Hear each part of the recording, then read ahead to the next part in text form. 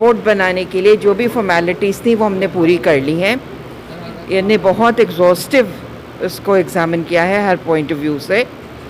हमने अपनी जो भी ओपिनियन देंगे फाइनल वो कोर्ट में परसों सुबह जमा होगी। That is secret. सॉरी, मैं इस मामले का कोई जवाब नहीं दूँगी। नहीं, हम ऐसा कुछ नहीं बताएंगे। जो कुछ भी है मंडे की मॉर्निंग में कोर्ट में जाएगी। That's it.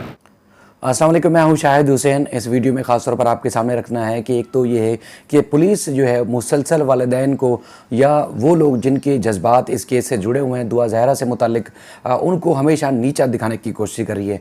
असल वजह क्या है, क्यों ऐसा कर रही है, वो तफसीलात आपके सामने रखनी है।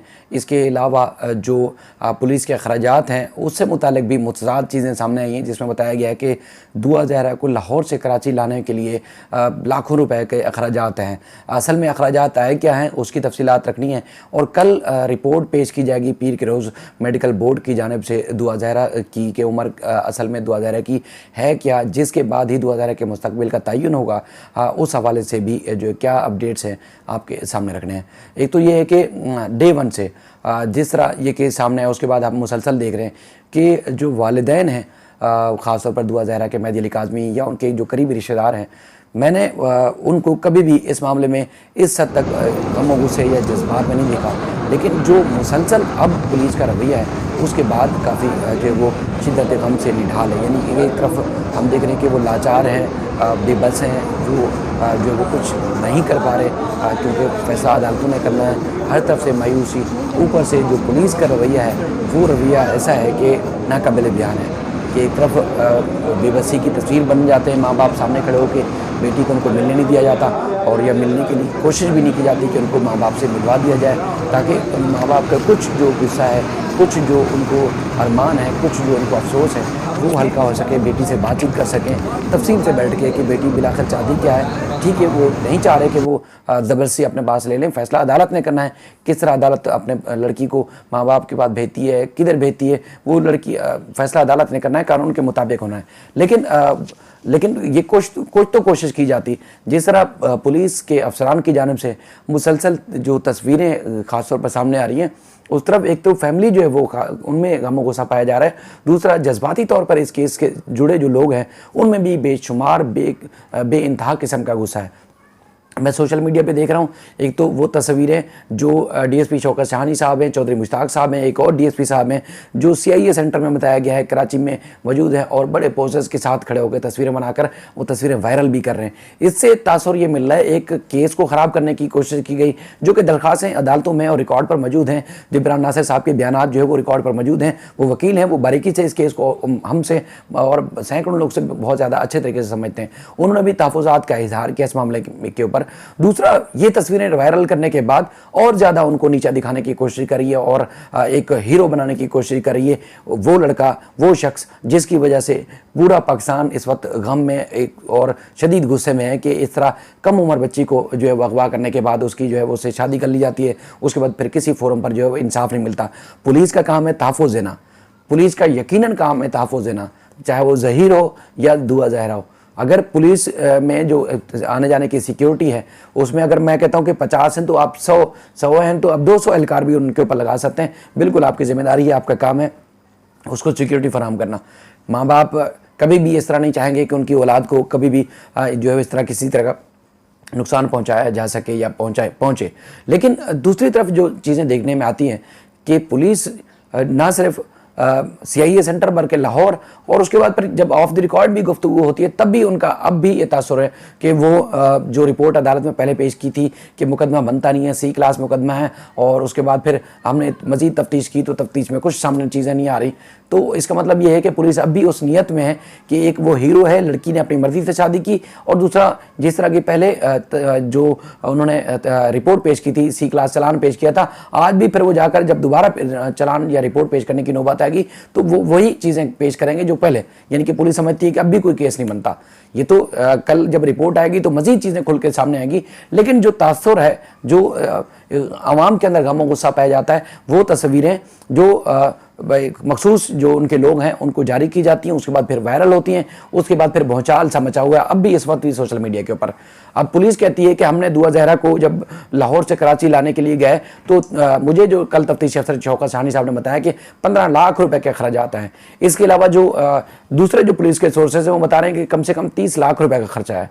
ठीक है, आपकी जिम्मेदारी है, रियासत का ही काम है कि मजलूम के बच्चों को तहफ़्फ़ुज़ फराहम करें। ठीक है, आपने अपनी जिम्मेदारी निभाने की कोशिश कर रहे हैं, लेकिन इस अंदाज से निभाने की कोशिश करें कि फैसला अदालत के हुक्म पर या कानून के मुताबिक जो फैसला होगा उस पर छोड़ें, ना कि आप पार्टी बन जाएं, ना कि आप फरीक बन जाएं, ना कि इस तरह का तासुर मिले कि पुलिस जो है वो वालिदैन से ना जाने किस किस्म का गुस्सा निकाल ली, जिसमें लाखों लोग इससे, करोड़ों लोग इस केस को लेके गमज़दा हैं, रंजीदा हैं, पुलिस के रवैये के ऊपर और ज़्यादा रंजीदा है। तो इस तरह उनको नहीं करना चाहिए था, लेकिन वो कहते हैं कि लाखों रुपए हमने खर्च किए और उसके बाद हम लेके आए हैं बच्ची को, और उसके बाद फिर वहाँ जो कुछ हुआ, बहुत सारी चीज़ें ऐसी हैं जो मेरी ज़ाहिर है एक रियासत के अफसर हैं, हम तो रिस्पेक्ट ही करते हैं कि पुलिस के खिलाफ ना करें, लेकिन जो फैक्ट्स हैं वो तो आपके सामने चूँकि रखने भी हैं, और लोग जिस तरह गम गुस्सा का इजहार करते हैं वो भी आपके सामने रखना है कि शायद पुलिस को कुछ ख्याल है कि देखें ये केस मामूली सा केस नहीं है, ये सिर्फ दुआ जहरा का मामला नहीं है, ये एक ख़ानदान या एक सादात फैमिली के घर का मामला नहीं है,